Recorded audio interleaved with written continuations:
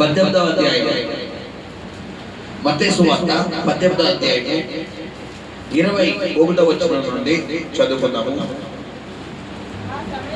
21వ వచనం నుండి చదువుకుందాం. మత్తయి సువార్త 18:21. ఆ సమయమున పేతురు ఆయన యొద్దకు వచ్చి ప్రభువా నా సహోదరుడు నా ఎడల తప్పిదము చేసిన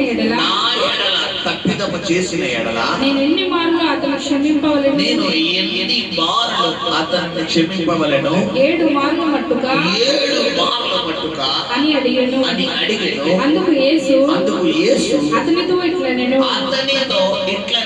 7 మార్లు మట్టుకే కాదు 70 ఏళ్ల మారు మట్టుకని నీతో చెప్పుచున్నాను. కావున పరలోక రాజ్యము తన దాసుల యొద్ద. గమనించండి, యేసు ప్రభువు వారికి పేతురుకి అక్కడ ఒక సంభాషణ డిస్కషన్ జరుగుతుంది. ఈ పేతురు వచ్చి అంటాడట, ప్రభువా నా సహోదరుడు నా ఎడల ఏదైనా ఒక తప్పు చేస్తే, ఐ థింక్ సహోదరులు అంటే అన్నదమ్ములు, అక్క చెల్లెళ్ళు, భార్యాభర్తలు ఎవరైనా. ఇక సహోదరులు అన్నప్పుడు పాస్టర్ గారికి సహోదరులు అంటే అన్నదమ్ముల కోసమే చెప్పారని కాదు. సహోదరులు అంటే అది మా అన్నదమ్ముల కోసమే చెప్పారు కాబట్టి మీ ఇద్దరు అక్క చెల్లెలు కాబట్టి మా ఇద్దరి కోసం చెప్పలేదు కాదు. ఇద్దరు అంటే అది భార్యాభర్తలైనా, తల్లిదండ్రులైనా, అన్నదమ్ములైనా, తల్లి కొడుకులైనా, తల్లి కూతుర్లైనా, అన్న చెల్లెలైనా, స్నేహితులైనా, బంధువులైనా, 2 వర్గాలైనా, ఒక ఉద్యోగంలో చేస్తే 2 వ్యక్తులైనా, ఒక వ్యాపారం చేస్తే 2 వ్యక్తులైనా, ఎదురు బొదురులైనా, ఎదురింటోళ్ళు పక్కింటోళ్ళు అయినా, ఎవరైనా ఇద్దరు. ఇప్పుడు పేతురు అడుగుతున్నాడు, ఏమని అడుగుతున్నాడు? ప్రభువా నా సహోదరుడు నా తప్పిదము. ఇక్కడ తప్పిదము అనేది పిల్లరా పొరపాటే, క్షమించలేదే, నీకు నష్టాన్నే కలిగించింది, నీకు బాధనే తీసుకొచ్చింది, నీకు గాయాన్నే తీసుకొచ్చింది. కానీ పేతురు అంటాడు, తప్పిదము చేసిన ఎడల ఎన్ని మార్లు క్షమించాలి. సాధారణంగా చాలా మందికి ఫ్యామిలీలో డిస్కషన్ అయినప్పుడు, భార్యాభర్తలకి లేదా ఫ్యామిలీలో ఉన్న కిడ్స్ కి, పిల్లలకి, లేదనుకుంటే స్నేహితులకి ఒకరికి డిస్కషన్ అయినప్పుడు వీరు అవతల వాళ్ళతో పలికే ఒక మాటల్లోకెల్లా ఒక మాట ఏంటంటే, ఎన్నిసార్లు క్షమించాలమ్మా, మీ అబ్బాయిని ఎన్నిసార్లు క్షమించాలి, మీ అమ్మాయిని ఎన్నిసార్లు క్షమించాలి, అక్కని ఎన్నిసార్లు క్షమించాలి, చెల్లిని ఎన్నిసార్లు క్షమించాలి, తమ్ముడిని ఎన్నిసార్లు క్షమించాలి, అన్నయ్యని ఎన్నిసార్లు క్షమించాలి. ఎన్నిసార్లు? మొన్నోసారి క్షమించాలి. అస్తమానం నాకు అదే పైన అత్తమానం తిట్లు తినమంటావా, అత్తమానం మాటలు పడమంటావా, అత్తమానం తిట్లు తిట్టించుకోమంటావా, అత్తమానం దెబ్బలు తినమంటావా అంటే బైబిల్ ఏం చెబుతుంది? ఆయన అంటాడు పేతురు 7 మార్లా. ఒకవేళ 7 మార్లు అన్న మాటకు అర్థం ఏంటంటే, పేతురు క్యాలిక్యులేషన్ ప్రకారం నెంబర్. ఎందుకంటే నేను గతంలో మీకు చెప్పాను, 7 అన్న సంఖ్యకు యూదులలో అది పరిపూర్ణమైన సంఖ్య. అందుకే అంటున్నాడు 7 మార్లు మట్టుగా. గమనించాను. అప్పుడు యేసు ప్రభువు వారు అంటున్నారు, నాన్నా 7 కాదు కానీ 77. అంటే ఏంటంతో? అంటే జీవితాంతం క్షమించాలి. అది ఎలా సాధ్యం? నీ వల్ల కాదని, కానీ నీలో ఎవరుంటే జరుగుతుంది? యేసయ్య ఉంటే జరుగుతుంది. నీలో యేసయ్య ఉండాలంటే నువ్వు ఎవరికి స్థానం ఇవ్వాలి? దేవుడికి స్థానం ఇవ్వాలి. గమనించండి, నిన్ను ప్రేమించిన వారిని నువ్వు ప్రేమిస్తే ఏమి ప్రయోజనము? నన్ను ద్వేషించిన వారిని కదా నువ్వు ప్రేమించాలి అంటే దేవుని లేఖన భాగం. దీన్ని మాట తీయండి ఒకసారి. మత్తయి సువార్త 5వ అధ్యాయం 43వ వచనం చదువునా? నీ పొరుగువాన్ని ప్రేమించి నీ శత్రువును ద్వేషించుమని చెప్పబడిన మాట మీరు విన్నారు కదా. నేను మీతో చెప్పినదేమనగా మీరు పరలోకమందున్న మీ తండ్రికి కుమారులై ఉండునట్లు మీ శత్రువులను ప్రేమించి ప్రేమించుడి. అదిగో మీ శత్రువులు ఏం చేయమన్నాడు? ప్రేమించుడి. ప్రేమించుడి. ఇప్పుడు మనతో గొడవైన శత్రువులు అంటే కాదు, ఏదో ఒక మాట అన్నారంటే, ఏదో ఒక బూతు తిట్టారంటే, ఏదో ఒక దెబ్బ వేసారంటే, ఇప్పుడు ఆ ఒక్క తిట్టికి, ఆ ఒక్క బూతికి, ఒక్క దెబ్బకి వాళ్ళ మీద ఎంతవరకు తీసుకున్నాం మనం? పేకల దాకా పెట్టేసుకున్నాం. ఇప్పుడు యాక్చువల్లీ శత్రువు అంటే ఏంటి? నీకు బాగా నష్టం తీసుకొచ్చి నువ్వు ఇక లేవలేనంత పరిస్థితిలోకి తీసుకెళ్ళిపోయేటువంటి వ్యక్తి. అలాంటి వ్యక్తిని యేసయ్య ఏమన్నాడు చెప్పాలి? అలాంటి వ్యక్తిని యేసయ్య ఏమన్నాడు? యేసు ప్రభు వారిని 3 మేకులకు వేలాడదీసింది యూదులు, కొరడాగా కొట్టింది యూదులు, మొండ్ల కిరీటం ధరింపజేసింది యూదులు, పల్లెముతో పొడిచింది యూదులు, ఆయన శరీరంలో ఒక్క రక్తపు పొట్టు కూడా లేకుండా చేసింది యూదులు. అలాంటి యూదులనే చూసి ఆయన ఏమన్నాడో, తండ్రి మీరు ఎరుగరు. ఈరోజు నువ్వు ఆ మాట చెప్పగలుగుతున్నావా? గమనించండి, ఎలా ఉంది నీ భక్తి. నువ్వు క్రీస్తు స్వారూప్యంలోకి ఎప్పుడైతే రాగలుగుతావో అప్పుడే నీ నుండి క్రీస్తు సువాసన ఎవరికి వెళ్తానే? అన్యజనులకు వెళ్ళగలుగుతుంది. హల్లెలూయా. అదే చెప్తున్నాడు పిల్లలు. ఈ సహోదరుడు నీ ఎడల నీ ఈగోని టచ్ చేసి ఉండొచ్చు, నిన్ను అగౌరవంగా మాట్లాడుండొచ్చు, నిన్ను అవమానపరచుండొచ్చు, నిన్ను నలుగురిలో హేళనకరంగా మాట్లాడుండొచ్చు, నిన్ను ఇలా చెయ్యి పెట్టి తింటుండొచ్చు, 10 మంది ముందు నిన్ను దూషించొచ్చు. కానీ బైబిల్ ఏం చెప్తుంది? వారిని ఏం చేయాలంట? క్షమించాలి. ఒకవేళ నువ్వు క్షమించకపోతే పరలోకమందున తండ్రి కూడా మన పాపాలు ఏం చేయడు పిల్లరా? చెప్పాలి, ఏం చేయడు? క్షమించడు. హల్లెలూయా. ఈరోజు నీతో దేవుడు మాట్లాడుతున్న మాట, నువ్వు క్షమించగలగాలి. క్షమించే మనస్సు కూడా మనం ఎవరిని అడగాలి? అది మన దగ్గర ఉండదు, అది మన దగ్గర అస్సలు ఉండదు, అస్సలు ఉండదు. కానీ ప్రభు నువ్వు అడగాలి, ప్రభువా క్షమించేందుకు నాకు మనసు, నేనైతే క్షమించలేను ప్రభు, నేనైతే అలా మర్చిపోలేకపోతాను, అలా చేసేది నేను మర్చిపోలేకపోతాను, నా వల్ల కావట్లేదు. కానీ నాకు మరుపుకి నాయన, నాకు మరుపుకి ప్రభు, ఆ విషయం నా కళ్ళ ముందు కనబడకూడదు, నేను అలా ప్రేమించాలయ్యా, నాకు వద్దు ప్రభు, నీ మాట నేనేం చేయకూడదు, తృణీకరించకూడదని ఈరోజు నువ్వు ప్రభుతో ఒక తీర్మానం చేసుకునే వ్యక్తిగా ఉండాలి. హల్లెలూయా. ఈ సంగమా, ఈ నవంబర్ నెలలో దేవుడు నీ పక్షంగా కదలాలి, దేవుడు నీతో పాటు రావాలి. పగటి కూడా మేఘస్తంభముగా, రాత్రి కూడా అగ్ని స్తంభముగా ఆయన నీతో రావాలి అంటే నీవు ఈ నెలలో చేయవలసిన కొన్ని పనులు ఉన్నాయి. ఏంటి ఆ పనులు అంటే, నువ్వు మొట్టమొదటిగా నేను ద్వేషించిన వారిని ఏం చేయడం ప్రారంభించాలి? ప్రేమించడం ప్రారంభించాలి. నువ్వు చేయవలసిన పని నువ్వు చేస్తే ఆయన చేయవలసిన పని ఆయన చేస్తే. పేతురు అడుగుతున్నాడు, పేతురు డౌట్ వచ్చింది, ప్రభువా నా సహోదరుడు నా ఎడల తప్పిదం చేశాడు, ఆయన ఎన్నిసార్లు అయ్యా అంటే, నాకు తెలిసి పేతురు గారు అనుకున్నారు, ఓ 7 సార్లు కాకపోతే ఒక్కసారి చెప్తాడు, ఇంకో 3 కదా యాడ్ చేసుకుంటే ఓకే చెప్పేద్దాలని అనుకున్నాడు. కానీ యేసయ్య స్క్రీన్ మొత్తం తిప్పేసేది. అంటే పేతురు అక్షరాలకి దేవుడు అంచనాలకి అలా సంబంధం ఉందా? చెప్పలే.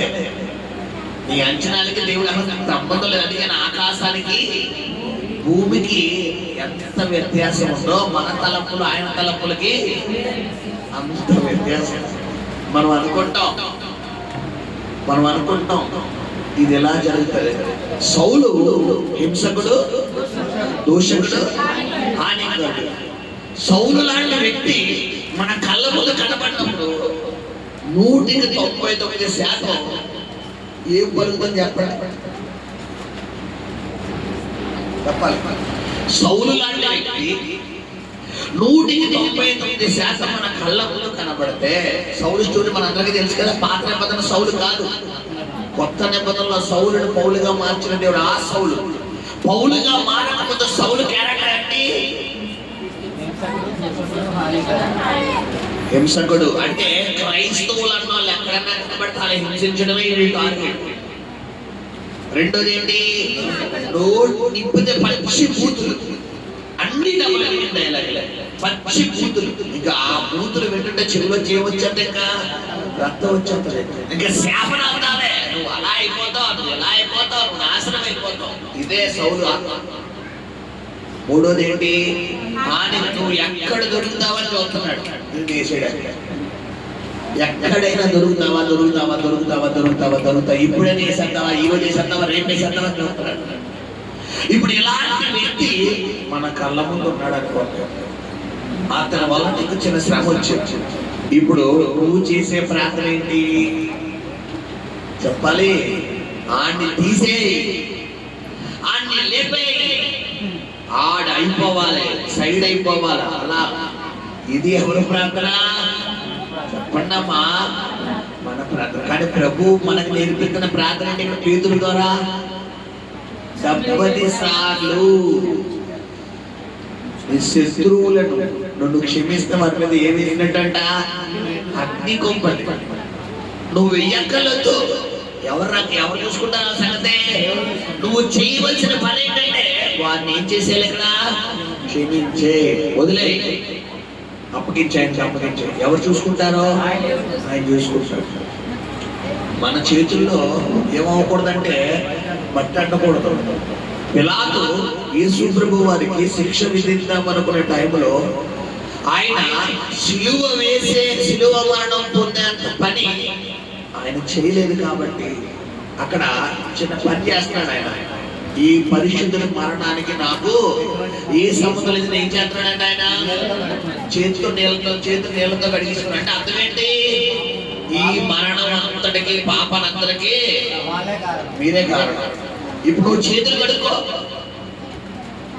స్క్రీన్ రివర్స్ అయిపోతుంది. ఇప్పుడు దాకా లేచిన మరణాలన్నీ స్క్రీన్ లో ఉన్నాయి. ఇప్పుడు నువ్వు ఈ రాత్రి కనుక, ఈ మధ్యాహ్నం కనుక నువ్వు చేతులు కడిగించుకున్నావు, స్క్రీన్ ఎవరికి అయిపోతే రివర్స్ అయిపోతుంది. ఆ లేచిన ఎవడు తీసుకున్న గోతులో వాడు పడాలంటే నువ్వు సైలెంట్ గా ఉండాలి. ఆయన పాదాల దగ్గర సైలెంట్ గా ఉండాలి, కనిపెడతాను. నేను అంటాను, అసలైన పవన్ ఏంటో తెలుసా? మౌనంగా ఉండడమే అసలైన పవర్. ఇది ఉంటదా? ఈ వరం ఉంటదా? చాలా మందికి అస్సలు ఉండదు. కానీ నువ్వు నీలో దేవుడు ఉన్నాడు అని తెలియపరిచినప్పుడు తింటు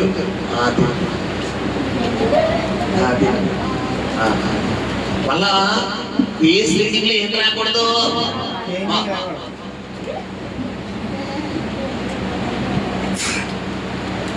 రీడింగ్ లో మార్పు రాకూడదు. వాళ్ళు ఎన్ని తిడతన్నా, ఎన్ని దుర్భాష. పాస్టర్ గారు మీరు చెప్పడం ఈజీయే కానీ మా ప్లేస్ లో నేను చెప్తలేదు. వాక్యం నిన్ను ప్రేమించిన వారిని నువ్వు ప్రేమిస్తే ఏమి ప్రయోజనమో? ఆయన సిలువలో వేలాడుతూ మరికొద్ది సేపట్లో చనిపోతాడు అనగా ఆయన పలికిన 7 మాటలో ప్రప్రథమైన ముఖ్యమైన మాట తండ్రి. గమనించారా? ఈ రోజు మన తండ్రి మనకు నేర్పుతున్న మాట, నువ్వు ప్రార్థన ఒకటి చేస్తే సరిపోదు, వాక్యం ఒకటి చేస్తే సరిపోదు, కానీ ఇంకెంత అసలు సరిపోదు. ముందు క్రియతో కూడిన జీవితం ఎవరిలో ఉండాలంట?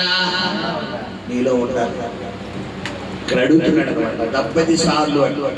సో ఈ విధంగా చెప్పిన తర్వాత ఇప్పుడు యేసు ప్రభు వారు పేతురుకు ఒక ఉపమానాన్ని చెప్తున్నాడు. ఆ ఉపమానం చదువుకుంటూ పరలోక రాజ్యము తన దాసుల యొద్ద లెక్క చూచుకొని కోరిన ఒక రాజును పోలి ఉన్నది. అతడు లెక్క చూచుకొని మొదలు పెట్టినప్పుడు అతనికి 10,000 తలాంతులు అచ్చి ఉన్నప్పుడు అతని యొద్దకు తేబడెను. అప్పు తీర్చుటకు వాని యొద్ద ఏమీ లేనందున వాని యజమానుడు వాని భార్యను పిల్లలను వానికి కలిగినది యావత్తును అమ్మి ఆ. అప్పు తీర్చవలెనని ఆ. ఆజ్ఞాపించెను. ఓకే. కాబట్టి ఆ దాసుడు అతని ఎదుట సాగిలపడి బ్రొక్కి నా ఎడల ఓర్చుకొనుము, ఆ. నీకు అంతయు ఆ. చెల్లింతునని చెప్పగా ఆ దాసుడు యజమానుడు ఆ. కనికరపడి వాణ్ణి విడిచిపెట్టి వాని అప్పు క్షమించెను. హల్లెలూయా.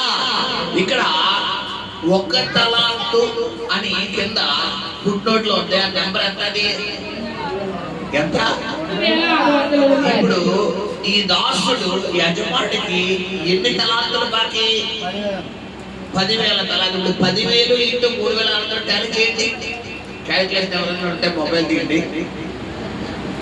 మొబైల్లో 10,000 ఇంటూ 3,600 ఎంత వచ్చింది క్యాలిక్యులేషన్?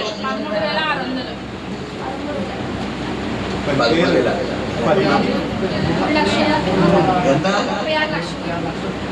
10,000 ఒకట్లు 10,000 లక్ష 10 లక్షలు కోటి 3,60,00,000 అప్పు. ఎవరికి? ఈ యజమానికి పనుడు ఎంత అప్పు? 3,60,00,000. చూడండి టాలీ 3,60,00,000 అప్పు ఈ యజమానికి ఈ పనుడు బాకీ అయ్యాడు. ఇప్పుడు అందుకు గాడు యజమాని ఏం చెప్తున్నాడు అక్కడ? అమ్మ వాణి భార్యను, వాడి పిల్లలను, వానికి కలిగిన యావత్తును, వాడి ఆస్తి, వాడి బర్రెలు, వాడి గొర్రెలు, వాడి ఇంట్లో వాడి సమస్తం, వాడి బట్టలు, వాడి ఇంట్లో ఉన్న వస్తువులు, బంగారం అన్ని అమ్మి అప్పు తీర్చవలనని ఆజ్ఞాపించెను. 3,60,00,000 అప్పు తీర్చరా అన్నాడు. అంటే అప్పుడు ఈ పనుడు ఏం చెప్తున్నాడు? కాబట్టి ఆ దాసుడు అతని ఎదుట సాగిలపడి ఏమైపోయాడంట? పడిపోయాడు. అయ్యి బాబోయ్, నా యజమానుడు అలాంటి చేయకయ్యా, నా భార్య పిల్లల్ని నేను నమ్మలేనయ్యా, నా కట్టుకుంటలతో ఉన్న పిల్లల్ని, నా బట్టలు నేను అమ్ముకోలేను. ఏదో ఆ అప్పు తీసుకున్నాను, నా కొడుకు సమయం ఆయన నేను మెల్లమెల్లగా తీరుస్తాను. ఎగ్గొడతానని చెప్తున్నాడా? ఏం చెప్తున్నాడు? నా కొద్దిగా టైం అయింది. 1 సంవత్సరం, 6 నెలలు, 3 నెలలు, 10 సంవత్సరాలు, 4 సంవత్సరాలు, నాకు టైం అయింది, నేను తప్పకుండా తీరుతానయ్యా అంటే ఇప్పుడు ఆ టైం ఇవ్వడం మాని ఈ యజమాని ఏం చెప్తున్నాడు? ఆ దాసుడు యజమానుడు కనికరపడి వాణ్ణి విడిచిపెట్టి వాని అప్పు క్షమించెను. హల్లెలూయా. కాబట్టి క్షమించడానికి ఎంతమ్మా? 10 రూపాయలా? ఎంత చెప్పాలి? అంత దాతృత్వం ఎవరికైనా ఉంది ఇక్కడ? చెప్పలే. 3,60,00,000 అప్పు ఆ రోజుల్లో, మళ్ళా ఇప్పుడు కూడా కాదు, ఇప్పుడు ఆ రోజుల్లో పనోడికి యజమాని అందించాడంట.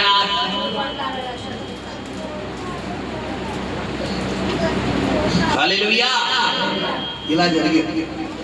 ఇప్పుడు ఇక్కడ చిన్న సందర్భం జరుగుతుంది. ఆ తర్వాత చదివాను. అయితే ఆ దాసుని యజమానుడు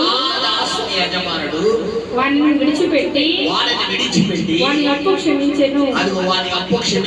అయితే ఆ దాసుడు బయటకు వెళ్ళి తనకు 100 దేనారములు అచ్చి ఉన్న తన తోటి దాసులలో ఒకరిని చూచి వాని గొంతు పట్టుకొని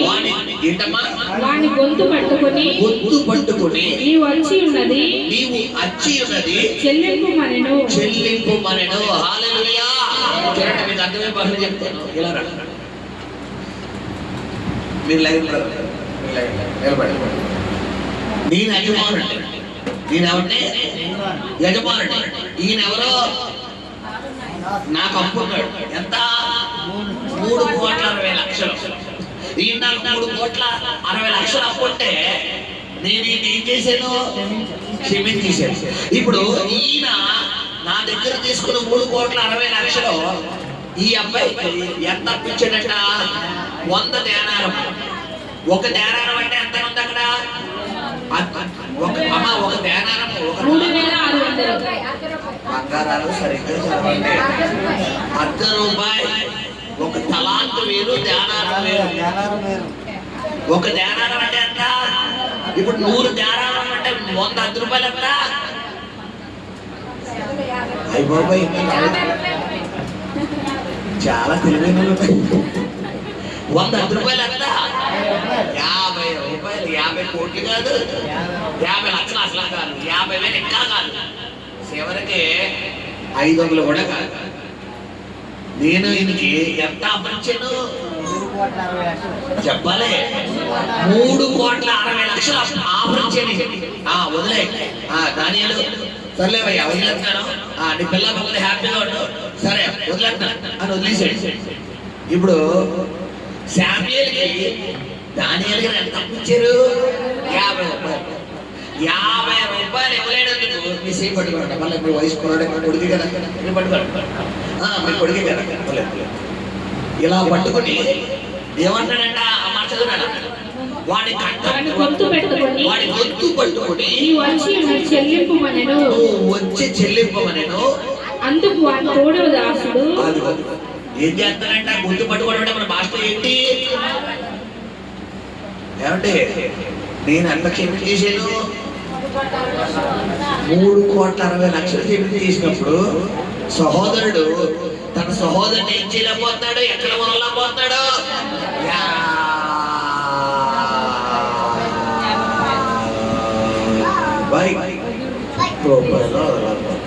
కూర్చోడు.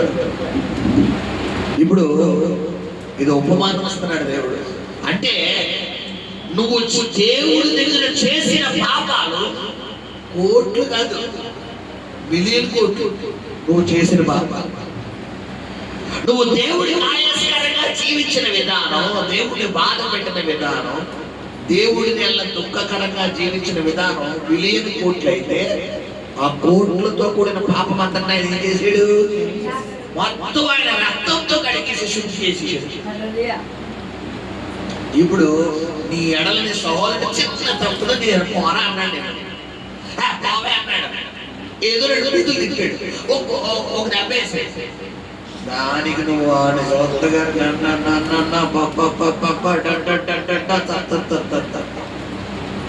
ఇప్పుడు చెప్పాలి మనం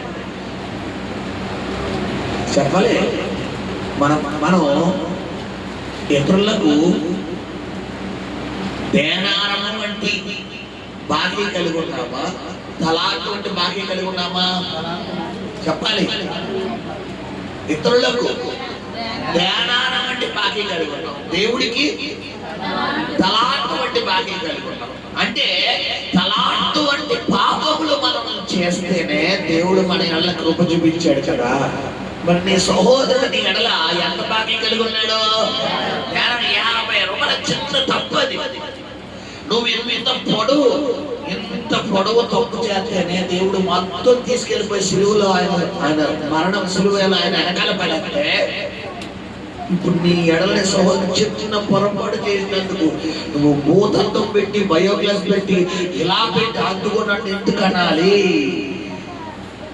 నన్ను ఎందుకు తిట్టాలి అని మనం ఏం చేస్తున్నాం? ఈరోజు ₹10 ఎలా చూస్తున్నాం? చెప్పండి అమ్మా, శబ్దంగా. మేము ఎవరిని ఏమంటారు? పాస్టర్ గారు అందరం కదా. పాస్టర్ గారు మాకు ఎవరితో గొడవ లేదండి, మేము చాలా నెమ్మదస్తులు అండి, మీరు తలాంతు కాదండి, 1000 కాదు 1,00,000 తలాంతులు మీరు చెప్పినా కానీ మేము అందరినీ ప్రేమించేస్తున్నామని పెట్టిన పేసి. అందరినీ ప్రేమించేస్తే ఏసై ఇక్కడ వాక్యం ఎత్తుకెత్తాడు, వేరే వాక్యం ఎత్తాడు కదా. గమనించాలి ఎలా ఉంది ఈరోజు నీ ప్రార్థన జీవితం. సో ఇప్పుడు ఇలా జరిగిన ఈ సందర్భం తీసుకెళ్ళి ఈ యొక్క దాసుడి దగ్గర ఉన్నటువంటి ఎవడి కాలరైతే పట్టుకున్నాడో, అంటే పిల్లరా ఈ శామ్యూయల్ ఫ్రెండ్ వెళ్ళి ఎవరు చెప్పాడంట? నాకు చెప్పాడు. వచ్చి ఏం చెప్తున్నాడు? ఇప్పుడు ఏమని చెప్తున్నాడు? మాట కాగా వాని తోటి దాసుడు జరిగినది చూచి మిక్కిలి దుఃఖపడి అయ్యా అయ్యా అయ్యా. ఇప్పుడు ఆ తోటి దాసుడు నిలబడ్డాడు మోషే. ఈ కుమారుడు వచ్చి నాకు చెప్తున్నాడు ఏమని? జరిగినదంతయు తమ యజమానికి వివరముగా తెలిపి ఏమని చెప్తున్నాడయ్యా? అప్పుడు వారి యజమానుడు అవునమ్మా, కంగారు పడకరా, వీళ్ళందరికీ అట్టుకుండా వచ్చినట్టు చెప్పడం నాకు అలవాటు కాబట్టి అందరికీ వివరంగా చెప్తున్నాడు. కంగారు పడకూడదు. ఇప్పుడు పిల్లరా, ఈ మోజెస్ వచ్చి ఈ డానియేల్ గారు శామ్యూయేలుకి చేసినంత ఎవరికి విన్నవిస్తున్నాడు? నాకు విన్నవిస్తున్నాడు. నేను రాజు కదా ఇక్కడ, నాకు విన్నవిస్తున్నాడు. అయ్యా రాజుగారు, మరేమో మీరు డానియేల్ గారికి 3,60,00,000 అప్పు తీశాడు. ఆయన సంతోషంతో ఇంటికి వెళ్ళి సంబరం చేసుకున్నారు. అవునయ్యా, సంబరం చేసుకున్నాడు. Okay, right. ఇక్కడ వచ్చి పొరపాటు ఏంటయ్యా అంటే, మరేమో ఆయనకి డానియేల్ గారికి శామ్యూయేల్ గారు ఎంత ఇవ్వాలి? 50 రూపాయలు ఇవ్వాలి. ఆ 50 రూపాయలు ఇవ్వలేనందుకు గాను శామ్యూయేల్ గారు కాళ్ళ పట్టుకుని బయటికి లాగి ఇదేసాడంట చెరసాల. అమ్మో, 50 రూపాయలకి జైలు వేసేసాడు బాబోయ్. 50 రూపాయలకి ఇల్లు ఇచ్చినట్ట జైలు ఇచ్చేసాడు. ఇప్పుడు పిల్లరా, 50 రూపాయలకి జైలు ఏం చెప్తే పాపం మరి శామ్యూయేల్ బయటికి రాలేడు. ఎక్కడున్నాడు ఇప్పుడు? శామ్యూయేలు చెరసాల్లో ఉన్నాడు. కాబట్టి శామ్యూయేల్ ఎవరు చెప్పుకోలేడు ఇప్పుడు. కాబట్టి శామ్యూయేల్ ప్రార్థన చేసి ఉంటాడు. పేరే శామ్యూయేల్ కదా, ప్రార్థన చేసి ఉంటాడు. ప్రార్థన చేస్తే దేవుడు ఎవరిని వాడుకున్నాడు? ఇప్పుడు తన తోటి దాసుడు మోజెస్ని వాడుకున్నాడు. మోజెస్ వచ్చిప్పుడు మొత్తం జరిగిన విషయం అంతా పోసుకుంటాడు. ఎవరు చెప్పాడు? నాకు చెప్పాడు. అయ్యా అయ్యా, మీరు పలానా సహోదరుడు 3,60,00,000 మీరు చెల్లించేశారు కదా, ఆయన తన తోటి దాసుని 50 రూపాయల విషయంలో క్షమించలేకపోతున్నాడయ్యా అన్నాడు. వెంటనే కూర్చుంటారు. ఇప్పుడు ఈ మాటకి రాజుగారు తెలుసు మాత్రం ఏంటి? అప్పుడు వాని యజమానుడు వాడిని పిలిపించి చెడ్డదాసుడా, నీవు నన్ను వేడుకుంటేవి కనుక నీ అప్పంతయు క్షమించితిని. నేను నేను కరుణించిన ప్రకారం నీవును నీ తోటి దాసులను కరుణింపవలసి ఉండేది కదా. అంటే గమనించండి పిల్లరా, మనల్ని పరలోకము తండ్రి క్షమించిన ప్రకారము, కరుణించిన ప్రకారము మనము కూడా మన తోటి సహోదరులు ఏం చేయాలి దేవుడు కోరుకుంటాడో? ప్రేమించాలి, కరుణించాలి. కానీ మనం చేస్తున్నావా? ప్రశ్న, మనం చేస్తున్నావా? చేయడం.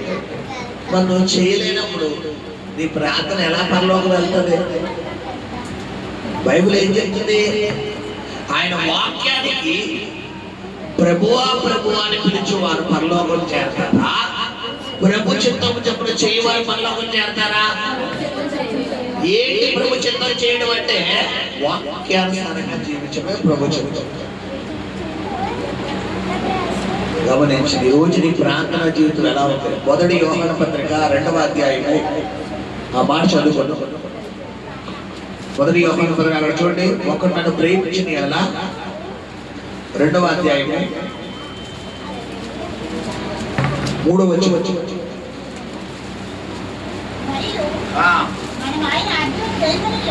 మనము ఆయన ఆజ్ఞలను గైకొని ఎడల దీని వల్లనే అదిగో ఆయనను ఎరిగి ఉన్నామని తెలుసుకున్నాము.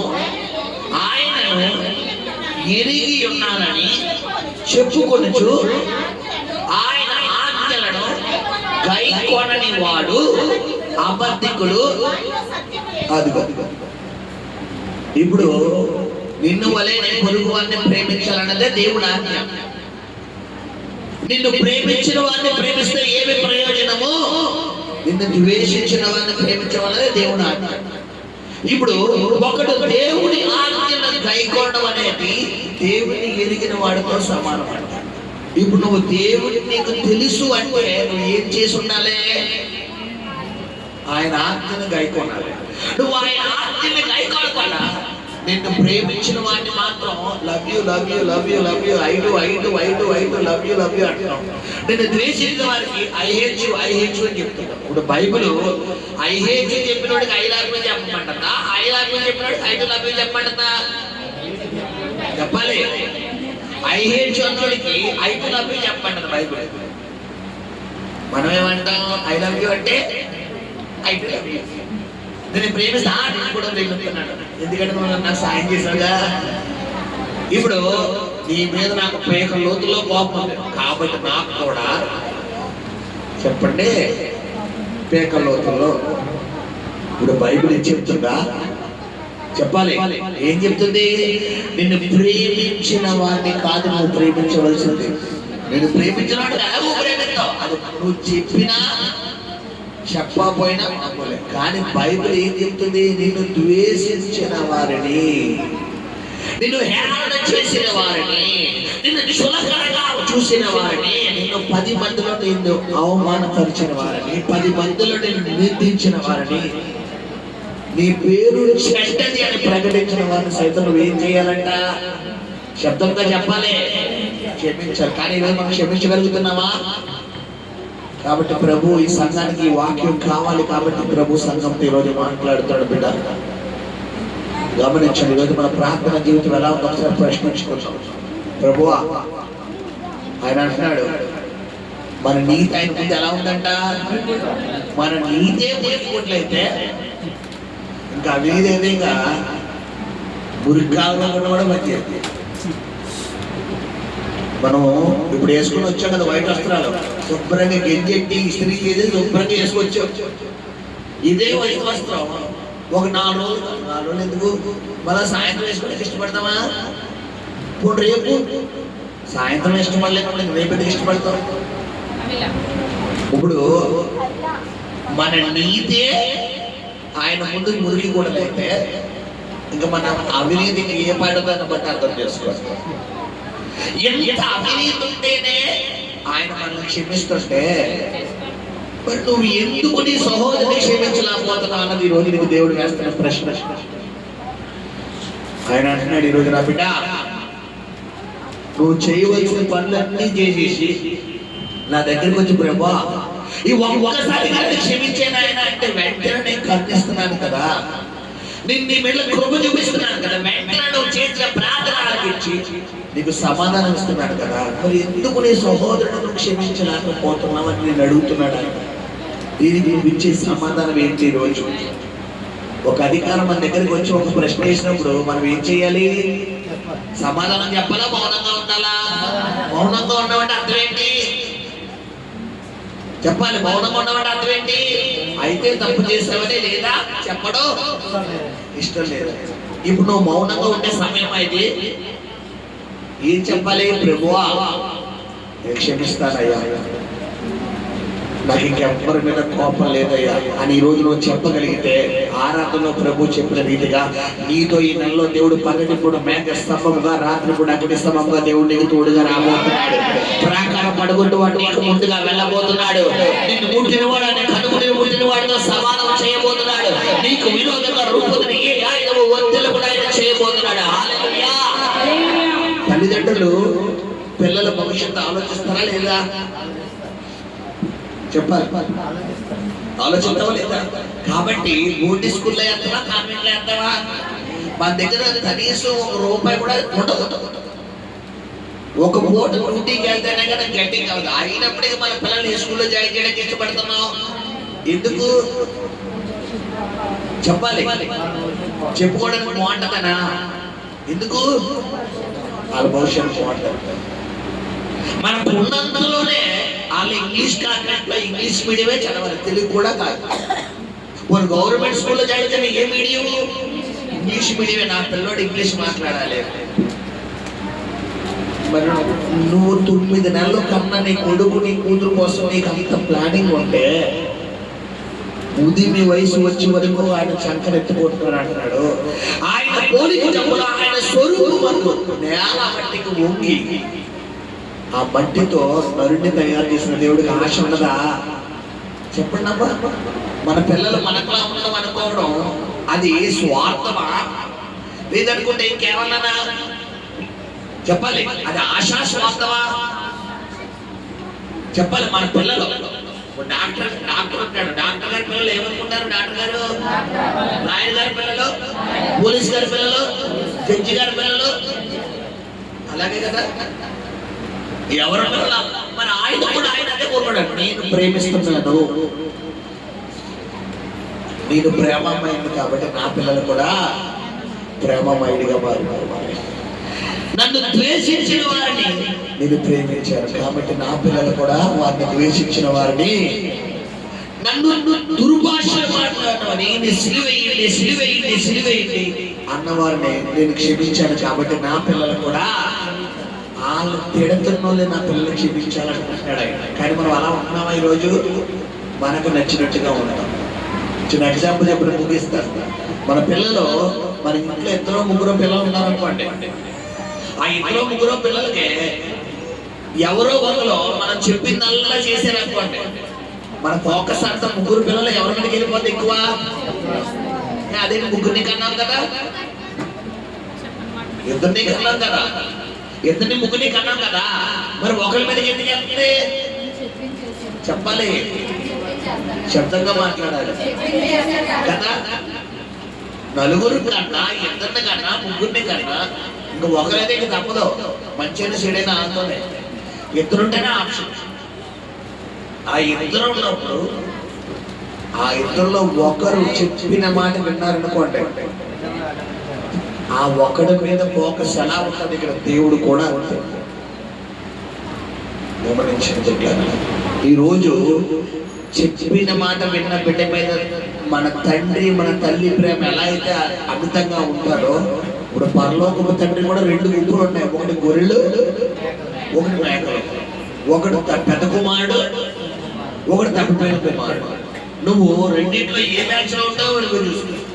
పెద్ద కుమారుడు తండ్రి దగ్గర ఉన్నాడు కానీ అతనిలో ఏం లేదు, మార్పు లేదు. తప్పిపోయిన కుమారుడు తన తప్పును తెలుసుకుని తండ్రి దగ్గర తిరిగి వచ్చాడని ఊరంతా సంబరం చేసుకున్నాడు. తండ్రి కూడా సంబరం చేసుకుంటే ఈ కొడుకు వచ్చేవాడినాడంట. చెప్పిన మాటలు లూకాసు 15 అధ్యాయంలో పెద్ద కుమారుడు పేరుకైతే తండ్రి దగ్గర ఉన్నాడు కానీ అతని బుద్ధులు మాత్రం ఏమాత్రం కరెక్ట్గా లేవు.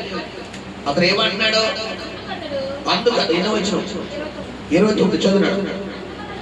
అందుకతడు తన తండ్రితో, ఇదిగో ఎన్ని ఏండ్ల నుండి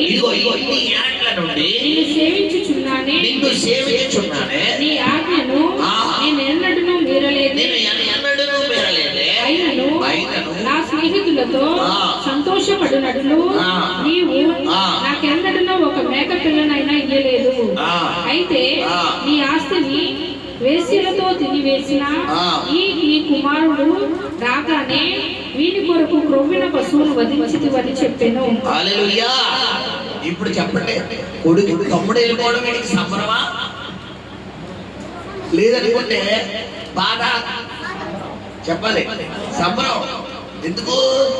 వీడు వెళ్ళిపోతే రాజ్యం మందే, మనం వేరే. కొంతమంది స్వభావం ఇదే, మా నాన్న నన్నే ప్రేమించాడు తెలుసా, నీకే నేను అస్తే ఏం ప్రేమించడు అంటాడు అన్నయ్య.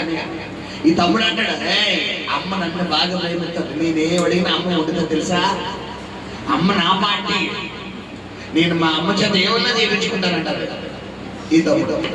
ఈ అన్నయ్య అంటాడు, ఈ అక్క అంటదే, ఓయ్ తెలి డాడీ నా పార్టీ. ఎందుకే ఈ తల్లిదండ్రులు ఎంతనే ఒకలాగే చూస్తారు కానీ వీళ్ళిద్దరు స్వభావాలు ఎలా ఉంటాయి? వేరు వేరుగా ఉంటాయి. ఇప్పుడు అదే జరుగుతున్నాడు. ఈ తండ్రి దగ్గర పెద్ద కుమారుడు ఉన్నాడే కానీ మైండ్ సెట్ బాగుందా? బాలేదు. తప్పిపోయిన కుమారుడు బయటపడిపోయాడు కానీ బుద్ధి వచ్చింది. కొంతమంది పైకి ఏదో పదం వాడతారు, నక్క ఏదో పదం వాడతారు. ఏ నక్కది? పైకి అలా ఇలా ఎదురు చూస్తాం, నాకు ఏమీ తెలియదు అన్నాడు కానీ లోపల తోడే. పైకి గుర్రె కొంచెం ధరిస్తాడు, చాలా సుఖం. అయ్యో మా పెద్దోడు ఏమీ మాట్లాడండి, మా పెద్దమ్మ ఏమీ మాట్లాడదు, మా చిన్నోడు ఏమీ మాట్లాడు, చాలా నోట్లో ఏలు పెట్టినా కొరకడండి, అసలు ఏమి ఏమొచ్చినాడు మొత్తం స్వీట్ చిన్నాడు అయిపోతాడు. అప్పుడు అనిపిస్తుంది చిన్నోడే బెటర్ రా బాబు, ఆ సన్నదే బెటర్ రా బాబు అని. ఇప్పుడు చిన్నోడు బయట వెళ్ళిపోతాడు, ఈ లోపల ఏది పెట్టుకోడు. ఎందుకు చెప్పాలంటే లోపల పెట్టుకున్నోడు నేందిరా, బయటికి కక్కినోడు నేందిరా. చెప్పాలి, లోపల పెట్టుకున్నాడు లేదు. ఎందుకంటే టైం వచ్చినప్పుడు ఇప్పుడు రివైండ్ చేస్తాడు. అది ఎప్పుడు ఉంటుందో తెలియదు, సరైన టైంలో చెప్పేశాడు. బయటికి కక్కిసినోడు మొత్తం కలికేస్తాడు కాబట్టి లోపలికి ఏమి ఉంచుకోవడం హ్యాపీగా ఉంటుంది. కొంతమంది లోపల ఎట్టుకుంటారు, నాకు టైం వచ్చినట్టు చెప్తారు. వెళ్ళు కొంతమంది చూసారా, పైకి ఏమీ తెలియదు అన్నట్టు ఓకే పర్లేదు 3 కోట్లే కదా పర్లేదు క్షమించి చెప్తారు ఓకే 3 కోట్లు అయ్యి ఇప్పుడు అదేంటన్నా మన సెగ్రిగేషన్ అప్పుడు సెగ్రిగేషన్ నాకు 3 కోట్లు కాదు. ఇది లోపల. ఇప్పుడు కొంతమంది స్వభావం ఏంటి, 3 కోట్లు ఎక్కువ బాబా కోట్లు ఉంటారు. సరే ఇప్పుడు ఇంకేతో ఉంటుంది కనెక్షన్గా. ఇప్పుడు పెద్ద కుమారుడు మ్యాచ్ లో ఉండకూడదు. ఎలా ఉండాలంటే జరిగినేదో జరిగిపోయింది, బట్ అయితే కుమారుడికి ఏమొచ్చిందంట, బుద్ధి. ఈ రోజు నీకు కూడా రావాలి, నీకు కూడా బుద్ధి రావాలి.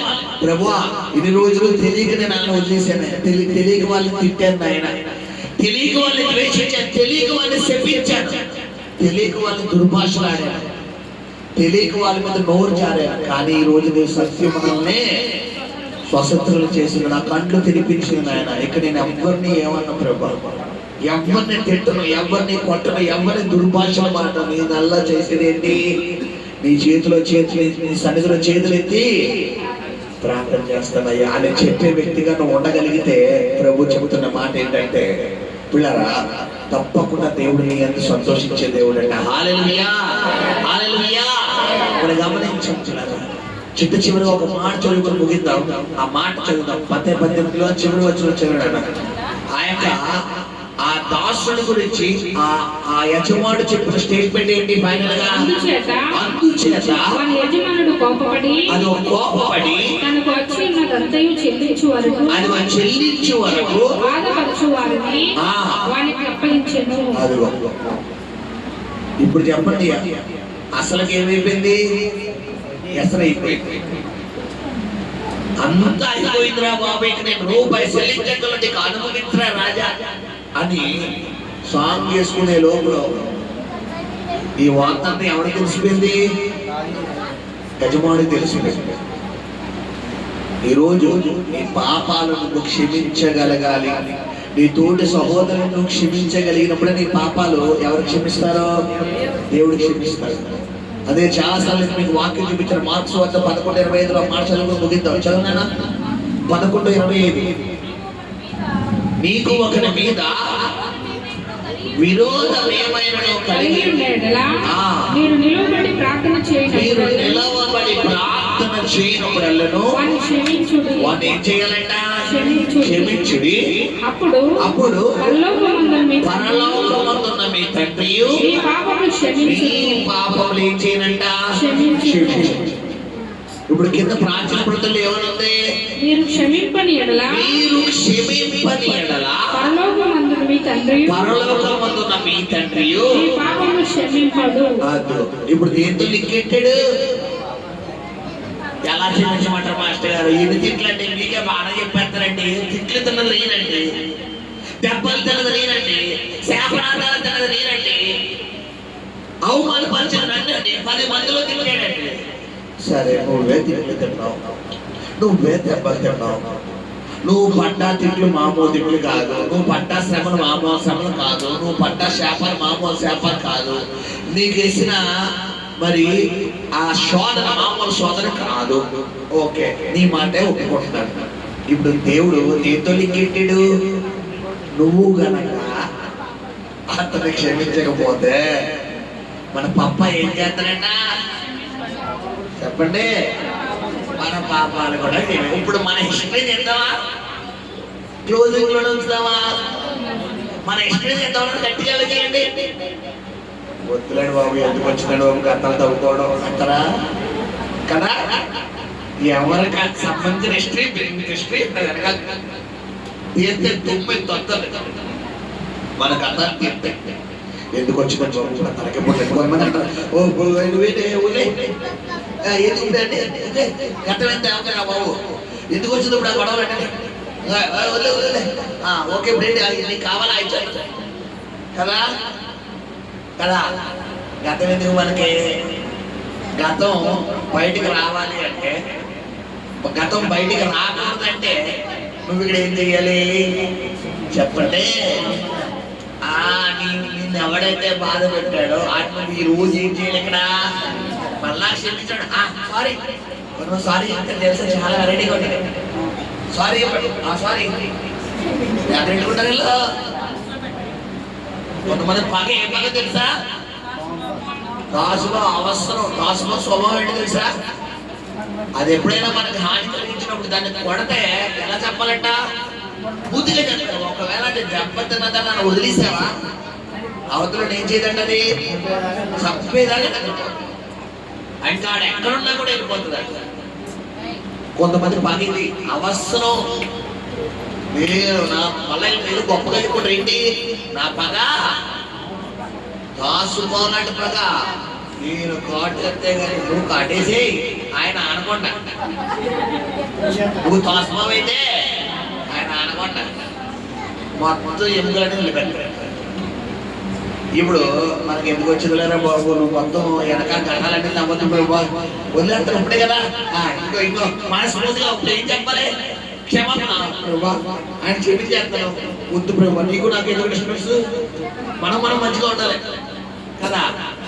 మనం ఎలా ఉండాలి? మనకి తేడా వస్తే మొత్తం తేడా వచ్చాడు. ఇప్పుడు దేవుడు మనం ఎలా ఉండాలి? మంచిగా ఉండాలి. దేవుడికి నాకు తేడా వచ్చినా పర్వాలేదు, నేను మాత్రం చెప్పాలి దాసుకోవైతే ఆయన ఎవరు? ఆనకొండ. చెప్పాలి ఆనకొండ ఎంత ఉంటది? ఊరంత ఉంటది. నువ్వు చేసిన సినిమాలు ఊరంత ఉన్నాయి. నీ కళ్ళ ముందు కనబడుతున్నా దోషం ఓ అనుభవం అంట. ఇప్పుడు చెప్పాలి, అర్థమైందా? అర్థమైపోయిందా? అర్థమైందా? వాళ్ళు గట్టిగా చెప్తాం. అర్థమైపోయిందా? వాళ్ళు గట్టిగా చెప్తాం. శామ్యాలు అనగానే ఉన్నాడు, అర్థమైపోయింది. మళ్ళీ చెప్తాం, అర్థమైపోయింది. వాళ్ళు గట్టిగా చెప్తాం. చాలా గట్టిగా ఉన్నారు. అర్థమైపోయిన వాళ్ళు గట్టిగా చెప్తాం. అర్థమైన వాళ్ళు గట్టిగా చెప్తాం. ప్రార్థన చేసుకుందాం. పరిశుద్ధ నామమున కనికరం కలిగిన ప్రియ పరలోకపు తండ్రి, నీ పరిశుద్ధ పాదాలకు లెక్కలేక